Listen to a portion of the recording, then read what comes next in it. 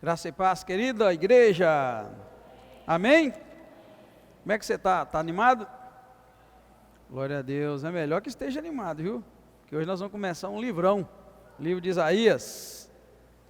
Muito obrigado, meu Deus. Eu te agradeço por este privilégio e peço a ajuda do Senhor agora que vamos estudar o livro de Isaías. Que o teu Espírito Santo fale conosco, nos oriente e nos ajude, Senhor, em cada instante desse estudo. Mais uma vez eu te agradeço, em nome do Senhor Jesus Cristo. Amém. Isaías é um livro grande, né? E um livro complexo também, tá, irmãos? Não é um livro tão simples para ler, para a gente estudar. Mas eu ia estudar o livro em 3 etapas, mas depois eu pensei bem, nosso Deus, um livro tão importante desse, se a gente passar por ele sem olhar os capítulos, eu acho que ia ficar muito estranho. Então, vai demorar um pouco, tá, irmão? Nós vamos terminar lá para setembro, porque eu poderia fazer esse estudo dividido, o livro todo em 3 partes, né? Do capítulo 1 ao 39, depois do 39 mais para frente, separando ele por assuntos, mas nós não vamos fazer isso não, tá? Bem, Isaías, o autor do livro, é o Isaías mesmo, tá, irmãos? E o nome de Isaías no hebraico é aquilo ali que os irmãos estão vendo, ó. É Yeshai, como é que é? Yeshayahu, Yeshayahu, agora deu, né? Isaías, Yeshayahu é o nome dele, ele é filho de Amós, ele mesmo, né, fala isso para nós, Isaías, filho de Amós. O tempo que o livro foi escrito, vocês estão ouvindo bem lá atrás? Tá dando para ouvir legal? Tá tranquilo? Porque aqui eu estou escutando absolutamente nada, tá, irmãos? Tá estranho. Bem, e o nome, obrigado, viu, Modson? Esse livro foi escrito, irmãos, aproximadamente no século 8 a.C., e aí os irmãos têm que notar que dentro do livro de Isaías, fala muito de Jesus, tá? Ou seja, 8 séculos antes de Jesus nascer, já havia essas profecias maravilhosas falando de Jesus. O objetivo do livro é transmitir uma mensagem de julgamento e de esperança ao povo de Israel, denunciando os pecados deles, que neste livro está escrito como idolatria, injustiça social e infidelidade a Deus. Esses são os pecados que nós encontramos aqui, Isaías denunciando. E também, irmãos, esse livro traz promessa de redenção e restauração, apontando para o Messias, apontando para Jesus, que viria lá na frente, e segundo o que nós acabamos de ver, Jesus ia nascer 8 séculos no futuro, e esse livro já tratava desse assunto. Palavras-chave do livro de Isaías: julgamento, redenção, promessa e esperança, e não se pode jamais esquecer do Messias, do Salvador. Agora, irmãos, é muito importante os irmãos perceberem que esses 2 capítulos que nós lemos, por exemplo, ele está denunciando pecado. O livro praticamente todo é ele denunciando o pecado, falando do pecado da nação de Israel, do distanciamento deles de Deus, né? E vai falar o tempo todo, a gente vai encontrar esses detalhes, tá? Então vamos lá, capítulo 1. O que nós vimos no capítulo 1? Eu vou falar ali do versículo 1 ao 9, e depois nós vamos seguindo assim, tá, irmãos? Olha bem, nós vamos encontrar uma introdução e uma reclamação de Deus, né? Deus reclamando com o povo sobre o seu afastamento e sobre o seu pecado. Então Isaías inicia o livro apresentando uma visão do julgamento de Deus a Judá e a Jerusalém. Presta atenção, irmãos, eu espero que vocês estejam escutando bem. Vamos lá, vamos lembrar no estudo. Por que ele está falando aqui contra Judá e Jerusalém? Hein? Porque o reino estava dividido. Então, os irmãos notem que Saul assumiu o reino de Israel. Era uma nação só, né? Depois de Saul, veio Davi, uma nação só. Amém, queridos? Depois de Davi, veio Salomão, uma nação só. Mas depois disso aí, o reino foi rachado. Aí nós tínhamos 2 povos, né? Nós tínhamos Israel e nós tínhamos Judá. Então o profeta Isaías está falando para uma nação dividida. Então ele vai profetizar e vai apresentar o julgamento de Deus para Judá e para Jerusalém. Então são 2, é um povo dividido em 2. Por isso que aqui já começa dizendo assim, olha: visão de Isaías, filho de Amós, o qual ele viu a respeito de Judá e de Jerusalém. Então ele está falando aqui para dois povos, tá, irmãos? E aí ele vai falar sobre o julgamento de Deus. Esses 9 primeiros versículos está falando do julgamento de Deus sobre o pecado e sobre a iniquidade, né? Ele retrata Deus como um pai que disciplina seus filhos rebeldes. A nação de Judá é acusada de ter se afastado de Deus, se corrompido moralmente e abandonado a justiça. Os irmãos devem se lembrar muito bem, qual dos dois povos que vivia mais temente a Deus? É difícil, só se você forçar a cabeça. Qual dos dois vivia mais temente? Um pouquinho a mais, né, na verdade, porque na verdade os dois povos, tanto Israel quanto Judá, viveram muito no pecado. Mas qual dos dois tem uma vantagenzinha, vivia melhorzinho?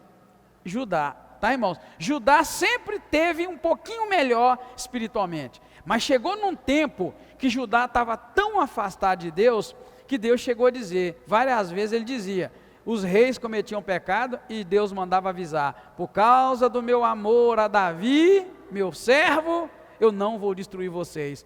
Judá sempre teve um privilégiozinho diante de Deus, porque Judá sempre era mais temente a Deus, tá bom? Então aqui de cara a gente vai encontrar do versículo 1 ao 9, ele apresentando o julgamento de Deus para o povo, pegando muito duro com eles na verdade, e apresentando o julgamento, tá, irmãos? Depois do 10 ao 17, eu marquei bem na minha Bíblia direitinho, para eu poder acompanhar com vocês.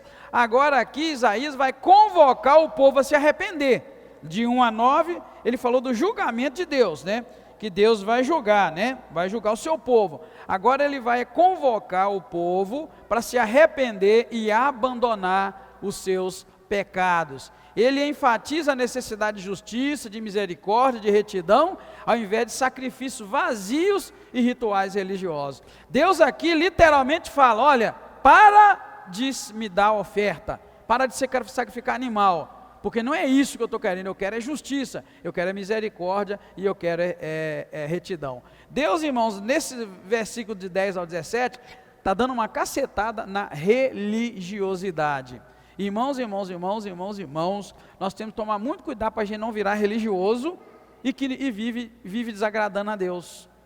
Sabe aquela pessoa que tem uma vida cheia de ritual, mas ela lá no seu íntimo, ela desagrada a Deus? Então Deus aqui está condenando, olha, para de me trazer sacrifício vazio, para de rituais religiosos, sem coração. Deus está clamando para o povo aqui, dar uma mudança de posicionamento. Eu vou ler para os irmãos alguns versículos, a partir do versículo 10, para os irmãos entenderem o que eu estou dizendo. Olha, diz assim, ouvi a palavra do Senhor, governantes de Sodoma, dai ouvidos à lei de vosso Deus, povo de Gomorra, de que me serve a multidão dos vossos sacrifícios, diz o Senhor. Olha o que Deus fala, já estou farto dos holocaustos de carneiro, da gordura de animais cevados, não folgo nem com sangue de bezerro, nem de cordeiro, nem de bode.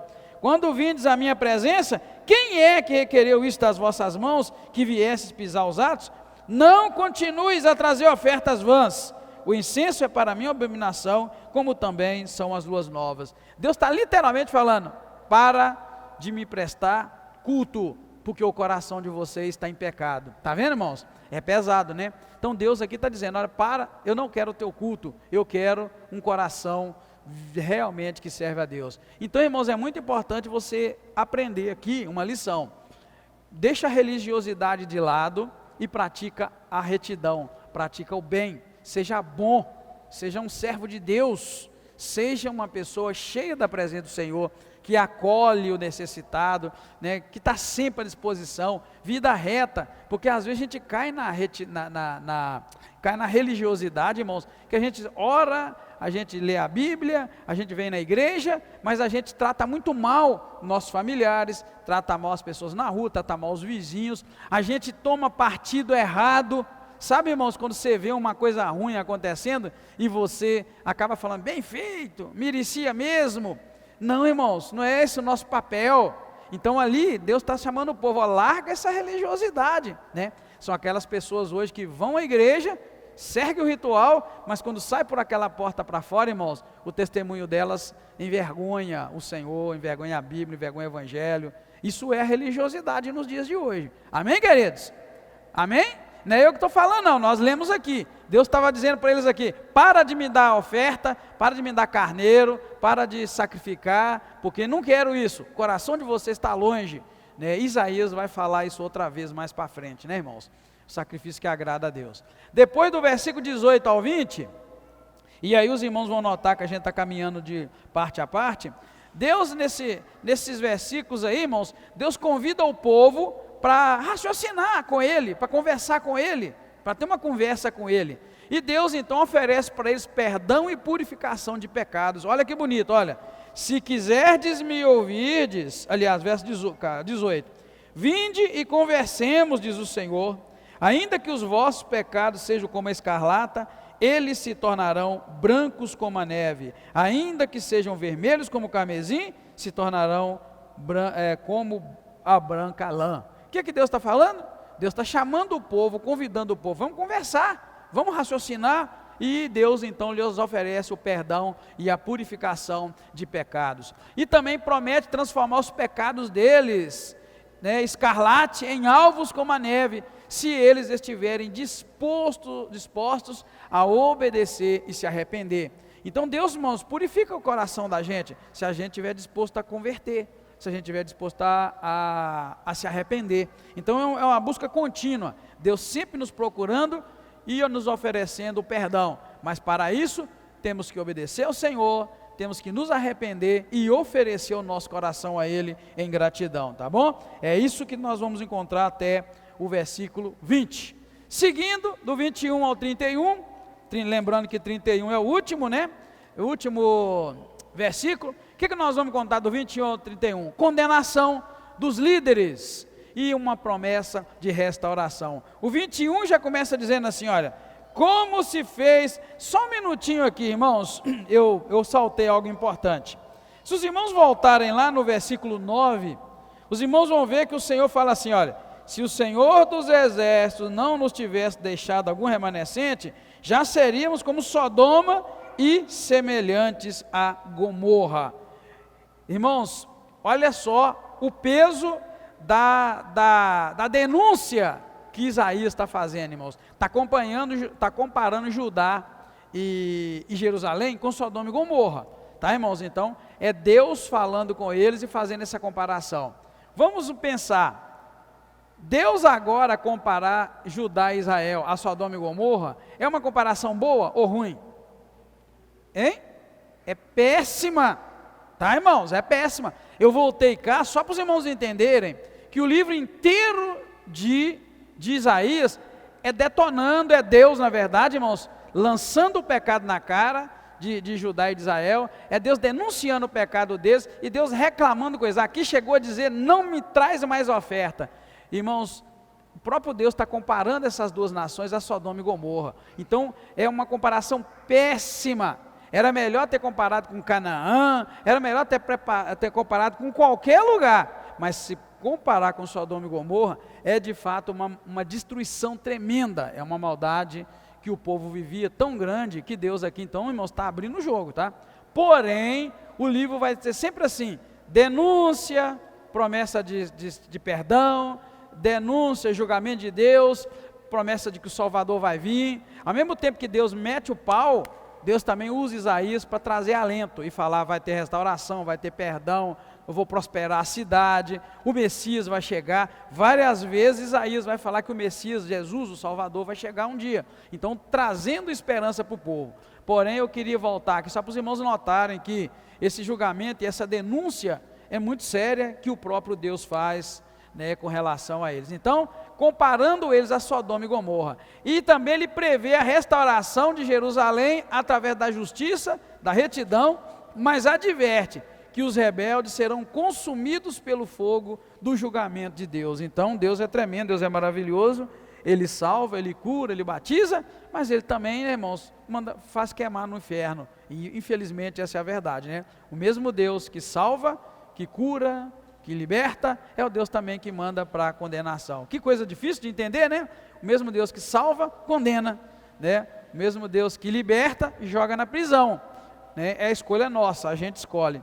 Então os irmãos vão notar que Deus promete também, ao mesmo tempo, a restituição. A gente vê, olha, restituirei os juízes como antes, os conselheiros, e Deus vai falando assim poderosamente, ao mesmo tempo que ele denuncia. O capítulo 2 que nós lemos, irmãos, vai trazer de início, do versículo 1 ao 5, a visão dos últimos dias, né? Visão que teve Isaías, filho de Amós, a respeito de Judá e de Jerusalém. Nos últimos dias se firmará o monte do templo do Senhor no cume dos montes. Aqui a gente vê, irmãos, né, que ele traça uma exaltação tremenda ao monte do Senhor, né? Quando o monte do templo será estabelecido como o principal dos montes, e todas as nações fluirão para ele em busca de instrução divina. Está falando de um tempo, irmãos, futuro, tá? Um tempo futuro, né?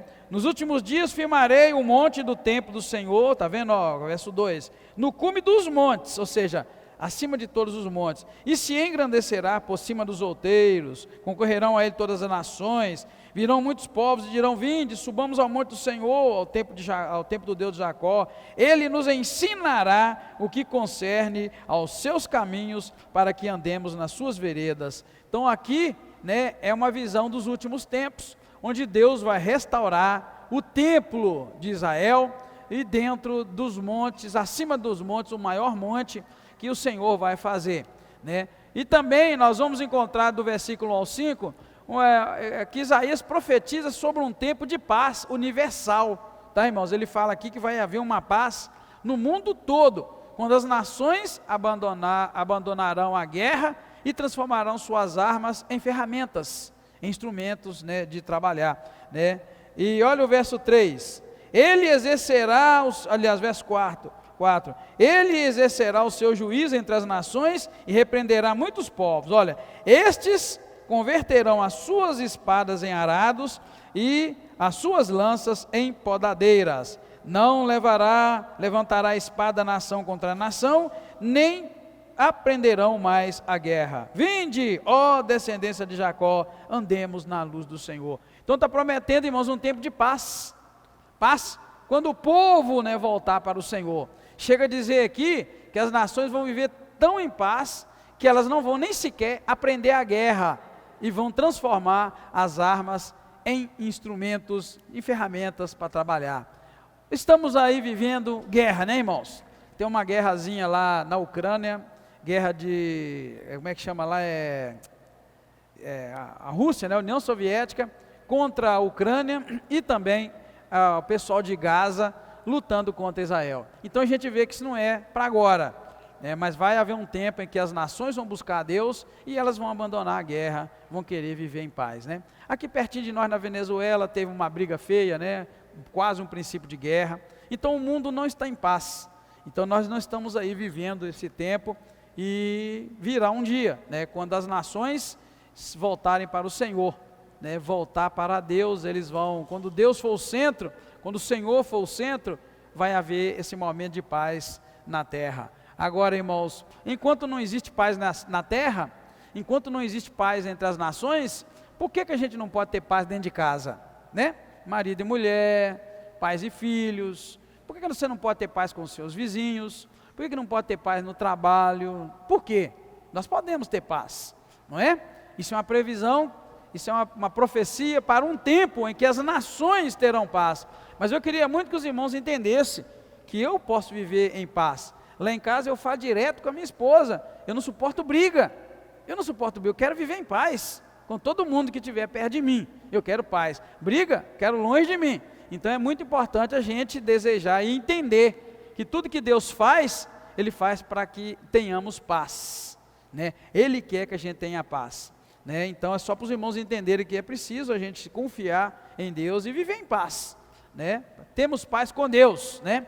Seguindo, versos 6 ao 9, aí é só um grupinho pequeno de versículos, aí nós vamos partir já para a condenação. Aqui atrás estava falando de um tempo de paz, as nações sem briga, agora já muda a conversa e vai falar de condenação, né? Isaías condena a idolatria e a confiança nas riquezas materiais, ele descreve a arrogância dos líderes de Judá, que se envolveram nas práticas de idolatria e se afastaram de Deus. Olha bem, pois tu, Senhor, olha, desamparaste o teu povo, a nação de Jacó. Encheram-se dos costumes do Oriente, olha bem, são algoreiros, associam-se com os filhos de estranho, a sua terra está cheia de prata e de ouro, não tem fim os seus tesouros, a sua terra está cheia de cavalos, não tem fim os seus carros, a sua terra está cheia de ídolos, está vendo? Ó?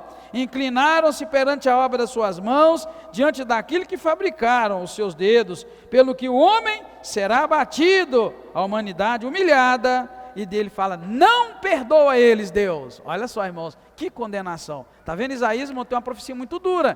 Tá? O livro de Isaías, tem gente que gosta de Isaías porque fala lá aquela parte messiânica que ele levou sobre si as nossas dores. Tem gente que pensa que Isaías é um homem disso. Isaías não é um homem disso, não. Isaías, irmãos, é considerado o maior profeta de Israel. Não porque ele era melhor do que os outros, mas é porque ele definitivamente, Deus usou ele para falar na cara de Israel o seu pecado, na cara de Judá o seu pecado, e ele denunciou o pecado com poder e graça, né? Ele é considerado o maior profeta de Israel. Então veja que ele está aqui detonando, né, irmãos, e falando da idolatria. Literalmente eles abandonaram a Deus. Quando você lê o versículo 6, 7, você pensa que está falando coisa boa. Eu já vi que tem gente que, é por isso, irmãos, que eu falo muito, tá? Principalmente com os irmãos que dão aula na escola bíblica dominical, que a gente tem que tomar cuidado com o versículo separado. Ó, se você ler o versículo 6 e 7, você vai pensar, não, o povo estava bem, Deus está falando de coisa boa. Olha o que diz, olha, pois tu, Senhor, desamparaste o teu povo, a nação de Jacó, ponto. Aí vai assim, encheram-se dos costumes do Oriente, são agoreiros, são como os filisteus, e associam-se com os filhos dos estranhos. Olha o 7, que diz, é o 7 que eu queria dizer. A terra está cheia de prata e de ouro, não tem fim os seus tesouros, a sua terra está cheia de cavalo, não tem fim os seus carros. Se você ler isso aqui, você vai pensar que é uma palavra boa. Não, irmãos, está dizendo o quê? Eles abandonaram a Deus, a terra está cheia de ouro, estão cheia de cavalo, estão cheia de bens, e eles estão confiando nisso. Então essa parte aqui, o versículo 7, está entre um texto de condenação. Se você ler o 7, você pode até falar, não, Deus está falando uma palavra boa comigo. Não, mas você tem que ler o 6 e tem que ler o 8. Aí você vai ver que Deus está detonando. Então Deus estava falando o que ia fazer, mas porém dentro de um texto que parecia que era bom. É igual esse aqui, ó, que eu estou lendo para você. Olha bem, a sua terra está cheia de prata e ouro, não tem fim os teus tesouros, a tua terra está cheia de cavalo, não tem fim os teus carros. Se você um dia estiver lá desesperado, buscando de Deus uma palavra, e meter o dedo aqui nesse versículo 7, você tem que ler o 6 e tem que ler o 8. Amém, igreja? Está entendendo? Porque o 7 é bom, mas não está falando de bem, está falando assim, anteriormente, está falando, olha, meu povo, Deus desamparou o povo, eles se encheram dos costumes do Oriente, são agoreiros, são filisteus, se associaram com os estranhos. Aí o 7 está querendo dizer, em outras palavras, assim, além do mais, eles estão prósperos, estão confiando na sua riqueza. Esse versículo só quer dizer isso. Não é bom, né? E depois ainda vai seguir, sua terra está cheia de ídolo. Por que está falando um versículo bom e outro ruim? Está cheio de ídolo, inclinaram-se. Olha bem, aí o 8 explica, o versículo 8, eu queria que você acompanhasse bem na sua Bíblia, eu estou te ensinando a interpretar, tá, irmãos? O texto bíblico fora de contexto, um texto que você pode usar fora de contexto. Olha o 7, falando que estava próspero, muito, muito bem, muito isso. Agora era o 8, a sua terra está cheia de ídolo, e agora a última parte, inclinaram-se perante a obra das suas mãos, diante daquilo que fabricaram os seus ídolos. Está falando o quê? Que o povo estava inclinado diante da sua força, da sua própria mão. Por isso que está falando que o povo estava bem, rico, cheio de coisa, e abandonaram Deus. Tá bom, queridos? Só para você entender. Então é muito importante. Então eu repito, um conselho eu te dou. No dia que você estiver desesperado, querendo uma palavra de Deus, nunca abra a Bíblia e põe o dedo, tá? Porque você pode pôr um dedo em algo que é ruim e você pode pensar que é bom. Repito, o versículo 7 fala que estão prósperos, mas o 7 não está sozinho, ele está dentro dos anteriores, que está dentro de uma condenação, de um julgamento de Deus. Então você tem que ler tudo para você entender a mensagem, falar, opa, Deus então está me falando isso, né? Deus está falando para eu não confiar no ouro nem na prata, Deus está fiando para eu não confiar na minha própria força, tá? Então Isaías condena, né, a idolatria, né, e descreve a arrogância, tá vendo? Descreve a arrogância dos líderes de Judá. Isso aqui é a arrogância deles, que se envolveram nas práticas da idolatria, correndo atrás daquilo, né, que a própria mão pode conseguir. E aí o 9 vai dizer: pelo que o homem será abatido, a humanidade humilhada. E olha, irmãos, e aí tem a palavrinha, não lhes perdoes, ou seja, está falando não perdoa, porque eles estão enterrados no pecado. É uma palavra muito dura, eu repito, Isaías é um homem de palavra dura. E depois, irmãos, o versículo 10 ao 22, e aí a gente está encerrando, tá? Versículo 10 ao 22, vai falar do dia do Senhor. Isaías precisa ser lido com muito cuidado, porque muita gente interpreta ele como coisas futuras, e às vezes eram coisas para aquela época que já aconteceram, tá, mãe? Tá bem, irmãos? E às vezes muitas coisas que a gente pensa que é para aquela época, são coisas que ainda vão acontecer. Então, quando a gente lê livro de profetas e de profecias, a gente tem que tomar muito cuidado, tirar e arrancar as lições para nós, e não nos preocuparmos com os tempos, porque todo mundo erra quando tenta interpretar alguma profecia e tenta imaginar o tempo, tá? Por exemplo, eu sei que todo mundo aqui é novo, ninguém aqui está muito velho, né? Graças a Deus, amém, queridos? Mas levanta aí, quem aqui já ouviu, pelo menos uma vez na vida, na televisão é claro, né? Falar que alguém profetizou ou disse que o mundo ia acabar em determinada data? Punhado, né? 2012, né? Acho que era 12, 13. Irmãos, eu sei que vocês também já devem ter escutado isso, só não levantaram a mão. Irmãos, eu já devo ter visto, vocês têm umas 3, 4 vezes, eu tenho só 56 anos de idade, tá? E o que é pior, é que tem gente que fica com medo, né? Fica com medo, vai acabar mesmo, né? Vai acabar mesmo. Lembra de 99 para 2000? Misericórdia, 99 para 2000, ter profecia que ia acabar mesmo, e o tempo ia ficar feio, e teve gente que ficou com medo do mundo acabar. Por que eu não tenho medo? Por que eu não tenho medo que o mundo vai acabar agora, ali para frente? Vamos ver, quem é um crente que estuda a Bíblia aí? Pelo mesmo motivo, que você não precisa esquentar a cabeça que o mundo não vai acabar agora. Hein? Não escutei? Isso, é um motivo. Ninguém sabe nem o dia nem a hora, né? Jesus mesmo não sabe. Bem, tem mais um outro motivo, bem lógico. Também o Novo Testamento fala. Oi? Sabe para onde vai, mas na Bíblia, lembra alguma coisa? Mateus 24. Quem lembra o que tem lá? Dá uma olhadinha para você ver. Por isso, irmão, que a gente não precisa se preocupar. Dá uma olhadinha rápido para vocês verem. O que diz Mateus 24? Hein? Os sinais hein? Princípio das dores. Tá bem, querido? Então Mateus 24 é um capítulo que vai falar o sermão profético, vai falar do princípio das dores, vai falar da grande tribulação, vai falar da vinda do Filho do Homem, exortação à vigilância. E aqui fala que antes que esse dia venha, vai ter um tempo que vai acontecer muitas coisas ainda. Então a gente sabe que não vai acontecer em um mês e nem em 2. E quando as pessoas começam a tentar definir datas para as coisas que alguém de vocês falou que o dia e a hora ninguém sabe, é onde a gente tropeça, é onde a gente erra, tá bem? Eu já vi gente falando besteira, já vi gente boa mesmo, já vi pregador de respeito que cai nessa de falar tempo, o tempo não funciona, depois fica aquele vexame. Como é que você vai fazer? Você vai consertar aquilo como, né? Então não tenta prever o tempo. Porém, a Bíblia nos diz que muitas coisas vão acontecer antes que venha o dia que o Senhor, né, vai voltar ou vai levar a sua igreja, queira você entender como seja, tá bom? Então o dia do Senhor aqui está deixando claro, né? Isaías profetizando esse dia, que será um dia de juízo e um dia de terror, tá? Será um dia de juízo e um dia de terror, né? Para aqueles que se orgulham e confiam em si mesmo, né? E ele descreve a reação das pessoas ao juízo divino, ao ponto das pessoas quererem se esconder nas cavernas, nas rochas, diante da ira do Senhor. Lá em Apocalipse também tem uma passagem que fala que naquele dia as pessoas vão pedir aos montes para cair em cima deles, diante da visão que eles terão. Então do 10 ao 22 você vai ver esse dia do Senhor. Vai, entra nas rochas, esconde no pó, de diante da presença do espantosa do Senhor e da glória da sua majestade. Os olhos do homem arrogantes serão abatidos, o orgulho dos homens será humilhado, só o Senhor será exaltado. Umas 4 vezes está escrito que só o Senhor será exaltado.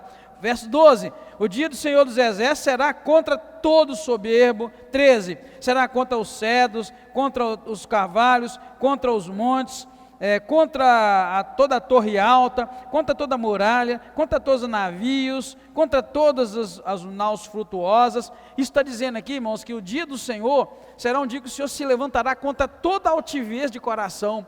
Sabe aquele político, aquele país arrogante que acha que domina o mundo? O Senhor vai se levantar contra tudo e essas pessoas. E aqui diz que será um dia tremendo. E o 17, a arrogância do homem será humilhada e o orgulho dos homens será abatido.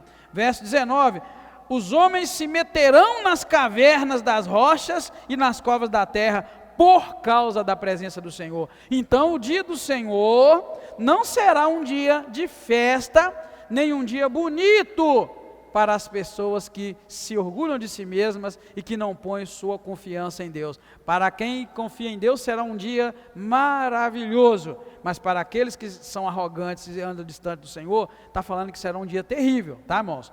Então como é que pode, o mesmo dia que será um dia alegre, festivo, de dança, para uns será um dia de terror ao ponto que eles vão fugir? É o que está dizendo Isaías, falando de um futuro, né, onde o Senhor vai se manifestar. Vamos ser sinceros, irmãos, quando o Senhor se manifestar nessa terra, né, aqueles que estão seguindo a Ele terão prazer de ver a face do Senhor. Aqui está dizendo que eles vão pedir para se esconder nas cavernas, diante da face espantosa de Deus. Não me pergunta o que eles vão ver em Deus, mas eles vão ficar espantados com o que veem. Já os santos, os servos do Senhor, não vão sentir a mesma coisa.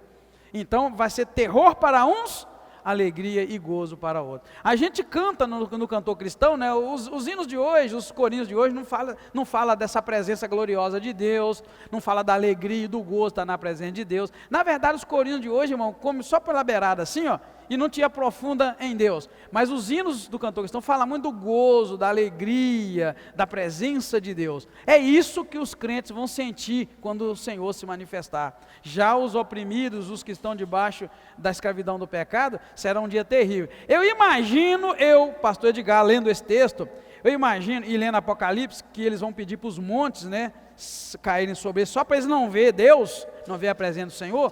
Eu imagino que o que vai fazer esse terror todo é a santidade de Deus.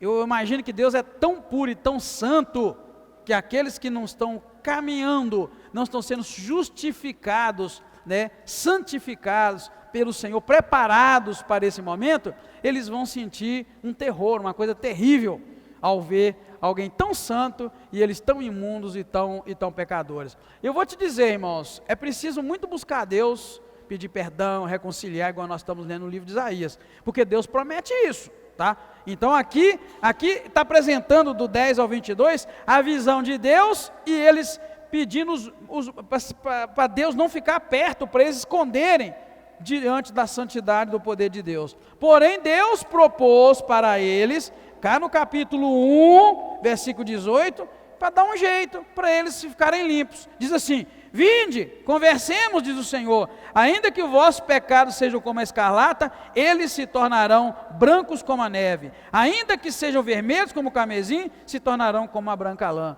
Então aqui Deus está falando, fazendo uma coisa, Deus está propondo ao povo um caminho, uma possibilidade de quando Ele se manifestar, o povo não ficar desesperado por causa da santidade de Deus, né? Vida santa, vida reta, amém? Para concluir, aí nós já estamos, né, já encerramos o capítulo 2, para concluir, nós temos, irmãos, nesses 2 capítulos, o tom para o restante do livro de Isaías, que é um chamado ao arrependimento, condenação do pecado, a promessa de restauração e redenção através da justiça e da misericórdia, é claro, né, do Messias, né, que virá. Isaías retrata vividamente o conflito entre a rebelião humana e a fidelidade de Deus, oferecendo esperança para aqueles que se voltam para Ele com arrependimento e fé. Então é isso que nós estamos vendo, tá? O capítulo 1 e o 2 já demarcou para nós que o livro vai ser quente, o livro vai ser duro, onde Isaías está condenando o pecado, a rebelião, a rebeldia do povo de Deus, e está oferecendo para eles a redenção e a esperança, né, que só há em Cristo Jesus, o nosso Senhor. Amém?